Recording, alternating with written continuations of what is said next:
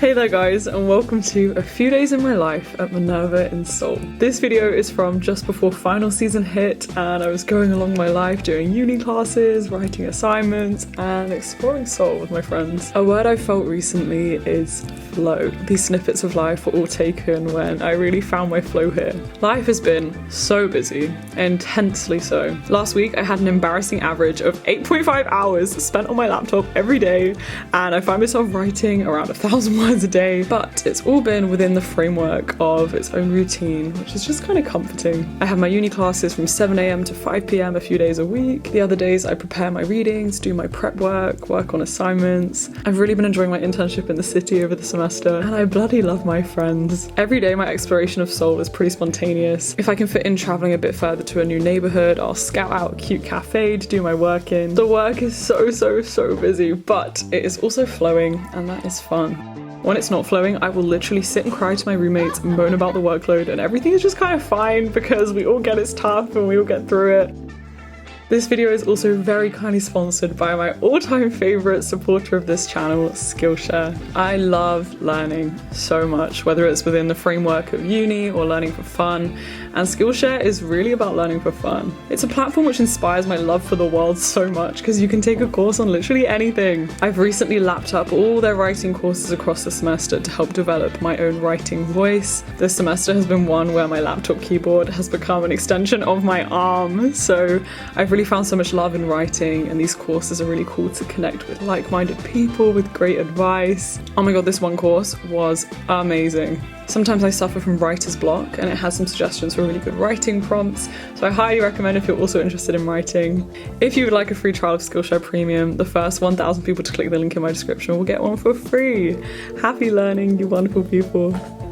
It's a beautiful day and I'm in Itaewon. These are my ends, I live really near here. The weather here is just gorgeous, spring is coming. I visited Seoul Forest for the first time, which is a really beautiful park with a lake. And I saw the first blossoms that I witnessed in Seoul, and it just really made me feel like, wow, spring. Winter here has been bloody freezing, like -15, the coldest I've ever experienced in my life. So that's very hopeful. I'm here for spring energy. I was walking through Seoul Forest, as I say, the nature was beautiful. I listened to my music, my podcast, just in my thoughts, in my good energy. And then I treated myself. I was walking down these trendy streets of Songdong, I think it's Songdong, and I stumbled upon this ring. It is a handmade butterfly by 2 Korean women, and I think it's beautiful. So I bought that, and I also treated myself to a dragon fruit, which is a fruit I've not had in so long, and I absolutely love it. Oh, free music on the street. Okay, Groove Papa, I see you.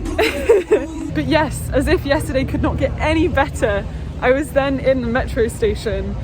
And what did I see? One of my favorite Korean snacks on offer. I got rice cakes for just 1,000 won, which is the equivalent of like £1.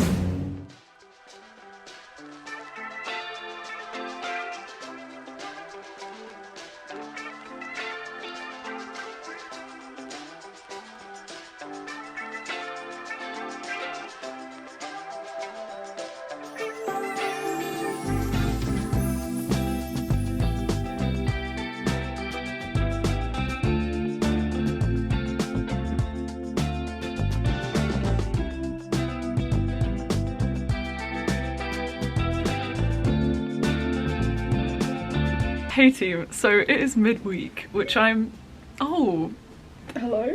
Apparently I not only just summoned Siri, but I also asked Siri what the weather is like, so I don't know how I managed that. Yeah, our room's a bit of a mess. No comment. I just briefly want to speak to mindfulness and how much it has helped me recently. Alongside university with all its assignments and work and just stress, and then trying to support and look after friends and check in with friends and maintain social life, I often end each day feeling drained, like full on exhaustion, drained. But I have to keep reminding myself to consciously put more energy into me to like fill myself back up again. Like I can't keep putting energy into projects and people and life and everything, and what, expect it to be endless, boundless energy? No, I am actively putting energy back in me. Meditation, we love it. We balance our head, let's do it. Writing, journaling, super helpful for me. We love it, we do it. And I was speaking with Lada yesterday. No one is gonna do these mindfulness habits for you. No one's gonna make that time. No one's gonna drag you there and be like, sit down and check in with yourself and meditate. No one does that, which means it's easy to pass on because you're the only one you hold yourself accountable for. Also, I'm such a to-do list person. I'm such a like, here's what we're gonna do today and we're gonna do it. And when that doesn't happen, it's really easy to be like feeling guilty or stressed about how that's gonna impact the next few days, etc. Yesterday, I sat and journaled for so long that I wrote literal reams and reams of stream of consciousness thoughts.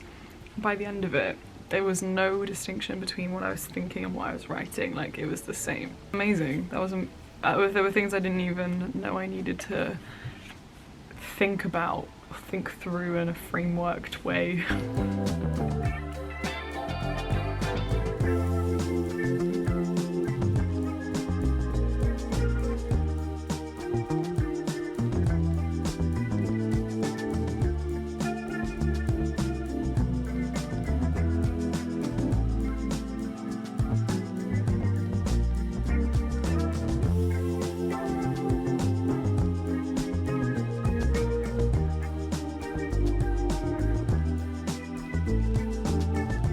I love hanging out with myself.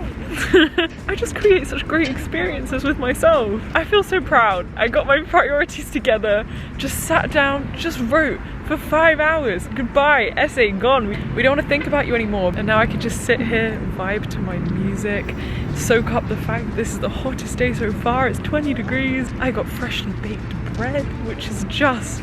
Is that not a luxury? Is that not casual magic in itself? Also, it's so hard to get good nature, so I'm very grateful to be on grass, even if it's really dry. Also, this is very random, but I have been growing out my armpit hair this semester, which I have never done before in my life. Like, it's never been this long.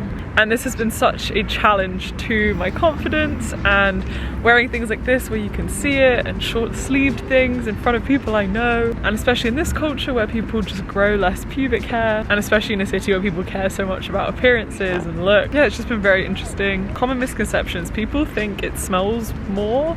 I really haven't found that. As long as I wash every day, I shower every day, maybe I don't sweat that much, I don't know, but I haven't found it to be different. Get good deodorant, I use a natural one. And yeah, I just love that I feel so empowered and confident in myself to be able to do that. Literally 13, 14-year-old me would be quaking at the thought of me having armpit hair. Like, what? Me in PE classes, desperate to cover my legs when they had a bit of stubble on them? Like, what's happened? So yeah, milestone, we love it. This is just a reminder to you that being a hairless woman is something socially conditioned. Hair is not unhygienic, it's not gross, it doesn't make you dirty. It can also be beautiful, and it should be your choice whether you decide to shave or not. I very much support either way, you do you, but yes, I am proud and I still feel gorgeous. If I'm honest, this has also been such a heavy week just with the world. I just can't shut off my brain. I don't know if you heard about Sarah Everard in the UK, in London, but it has been affecting me so deeply this week, just as a woman,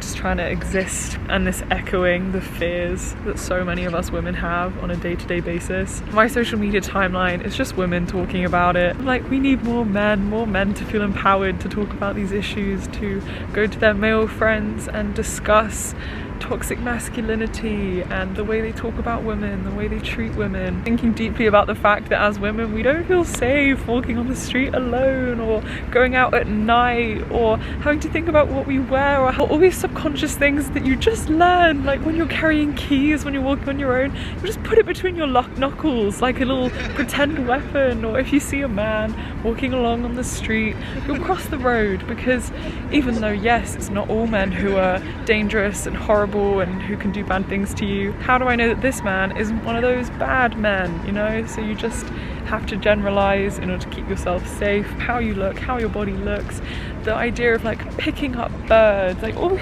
these like lad comments, so many things to unpack. I'm sending love to you. Please look after yourself. And what is both sad and interesting is that as I edit this video, quite a few weeks after this incident, the world and the news have once again moved on to more heaviness. whether it's COVID, racial injustices, updates on the climate crisis. It just feels like there's always a new thing to process, another new thing which has not been solved. And reading the news feels like such a double-edged sword, because you want to be aware because awareness is good, but also unless awareness is translated to action, I'm like, is awareness helpful? And the fact that you get to educate yourself on social issues rather than living it as an experience is also a huge privilege. But as a kid, I was so ignorant to the world and saw it with such optimism. I didn't really recognise the complexity of issues nor the extent of how cruel the world could be, that I really thought changing the world would be easy. I feel like I was just happier day to day, because nowadays I fill my social media timeline with activism of social issues. I try to regularly check the news to see world events. I try to educate myself to be less ignorant. And I think all of these things are good, and I think all of them are super necessary, and I think awareness is the first step to action. But yeah, I'm also very sensitive, and the world is pretty damn cruel, and every day it feels like there's something new. I feel like I just can't help but react emotionally to things, and I don't know if emotional reactions are useful. Days like this, instead of feeling spurred to help, sometimes I just feel a bit helpless and see the world with less optimism and find issues in everything and overthink myself and my role in larger issues until it all just feels unproductive. Okay, I'm just rambling into this voiceover, but yeah. Hi fellow empaths who care about the world. How do you deal with reading news without it affecting you viscerally? How do you translate emotion into something useful? Okay, that's all. Thank you guys so much for watching these snippets of my life. If you've got some time, if you're interested in learning for fun, I highly recommend picking up a Skillshare course. Have a gorgeous rest of your week, and I challenge you to question, what are you grateful for today? Okay, bye.